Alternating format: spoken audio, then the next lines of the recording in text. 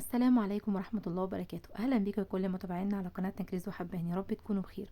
النهاردة إن شاء الله هنعمل الفطير الحلو من غير بقى عجن ولا فرد ولا توريق. هتكوني في نص ساعة إن شاء الله عاملة أحلى فطير. يلا بقى تعالوا نشوف الطريقة. أول حاجة معانا 3 كوبايات من اللبن أو تقريبا نص كيلو من اللبن. يكون طبعا بارد مش سخن، عشان كل المكونات اللي انا هحطها اقلبها على البارد، ودي خطوه مهمه جدا. بعد كده حطيت معلقتين ونص تقريبا من الكاستر. انا طبعا هنا هشتغل بالكاستر، لو انت هتشتغلي بالكريمه او الكريمه القشطيه او المهلبيه يعني ده بيرجع لحضرتك. وكمان حطيت معلقتين ونص من السكر، يعني الكاستر قد السكر. وبعد كده حطيت بقى معلقتين كبار من الكريم شانتيه. الكريم شانتيه هنا بيخليها لي غنيه. طب لو انا ما عنديش ممكن استغنى عنه واحط معلقتين من القشطه، قشطه وش اللبن، او معلقه يعني او قطعه زبده كده برضو هتخلي لي الكريمه بتاعتي غنيه. وبعد كده حطيت كيس فانيليا يدي ريحه حلوه كده للكريمه بتاعتي. هقلب بقى كل المكونات عندي كده تقليب كويس جدا لحد ما كل المكونات تدوب. وبعد كده هطلع بيهم على النار.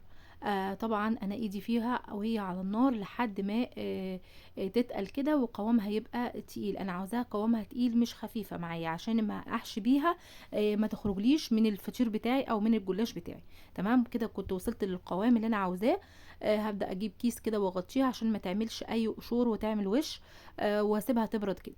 بعد كده بقى جبت الجلاش بتاعي وهبدأ اشتغل فيه. طبعا الجلاش هنا انا عاوزه احافظ عليه عشان ما ينشفش مني، لازم الفه في فوطه طول ما انا شغاله. يعني اخد منه الكام واحده اللي انا هشتغل بيهم والف الكميه الباقيه. خليكي بقى معايا عشان نعرف التكنيك اللي هنمشي بيه عشان تطلع معانا الفطيره مظبوطه وفي الترتيب او في الايه في الطبقات بتاعتها. انا جبت هنا اخدت هنا 3 ورقات، ممكن حضرتك تاخدي 4 ورقات او 3 ورقات حسب التقسيمه اللي انت هتقسميها لمجموعه الورق اللي عندك. يعني انت هتعديهم وتشوفي انت مثلا عاوزه كام فطيره. ممكن 4 ورقات او 3 ورقات الاتنين كويسين. بس الفرق ما بينهم ان في الاربع ورقات هتبقى كبيره شويه ومحمله، وهتبقى يعني ايه منفوخه شويه لان طبعا الطبقات بتاعه الورقه هتزيد معاها. زي ما حضرتك شايفه كده انا هنا فردت اول ورقه وبدات ادهنها بالسمنه. وبعد كده هجيب الورقه التانية عليها كده بالظبط واظبطها. بصوا الورقه هنا كانت عندي مقطوعه، مفيش اي مشكله خالص. هو بس هقولك على حاجه، هو الاحسن ان انت تشتغلي بجلاش طازه. يعني لو انت متاح قدامك ان انت تجيبي جلاش طازه، بلاش الجلاش المتجمد او اللي موجود في التلاجات عند السوبر ماركت. هاتيه طازه احسن. وهحط كده الكام ورقه اللي انا عاوزاهم سواء 3 او 4 زي ما قلنا. والورقه الاخيره هطبقها 2 وابدا كده احطها زي ما حضرتك شايفه كده في نص الورق بتاعي. وبعد كده هبتدي احط الحشوه اللي انا عاملاها. انا هنا استخدمت سوداني مجروش كده ناعم. وبعد كده هحط الكاستر. هبدا بقى اتني عليها الورقه من غير ما ادهنها. الورقه اللي هتغطي الكاستر دي انا مش هدهنها بسمنه، انا هدهنها بره بعد ما اتنيها.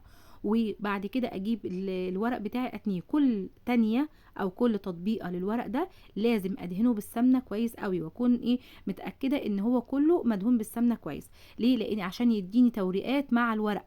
لكن لو هو مش مدهون الورق هيلزق في بعضه ومش هيديني التوريقه اللي انا عاوزاها.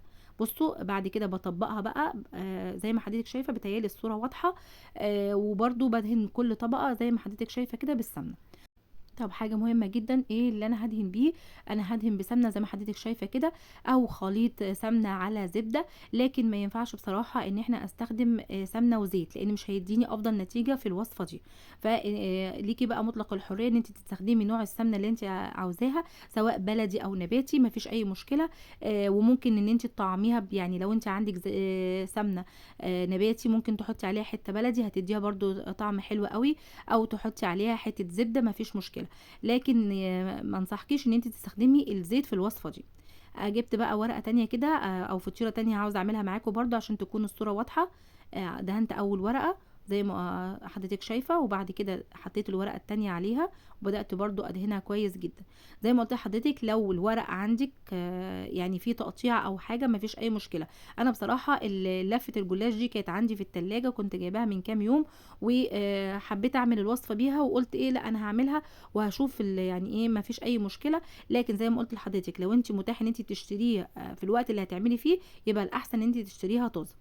هطبقها كده زي ما حضرتك شايفه وبعد كده هدهنها من فوق.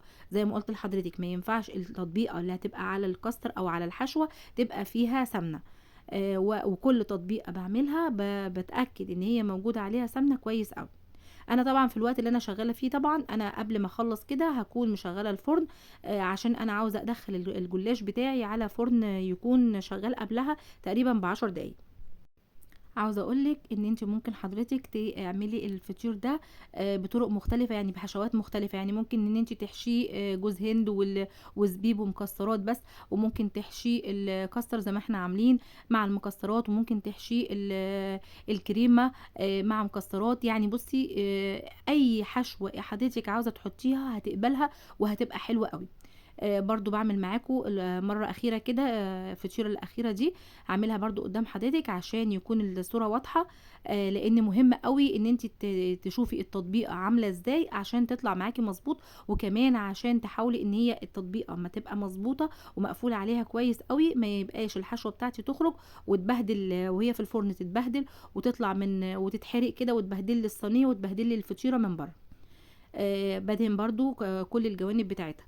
طيب كمية الجلاش ده كان قد إيه، كان نُص كيلو جلاش هيدّيني تقريبًا 7 فطاير زي ما حضرتِك شايفة، أنا كده كنت خلّصت كل الفطاير بتاعتي، بدأت بقى أدّيها مسحة سمنة كده من على الوش، وهادخّلها الفرن على طول.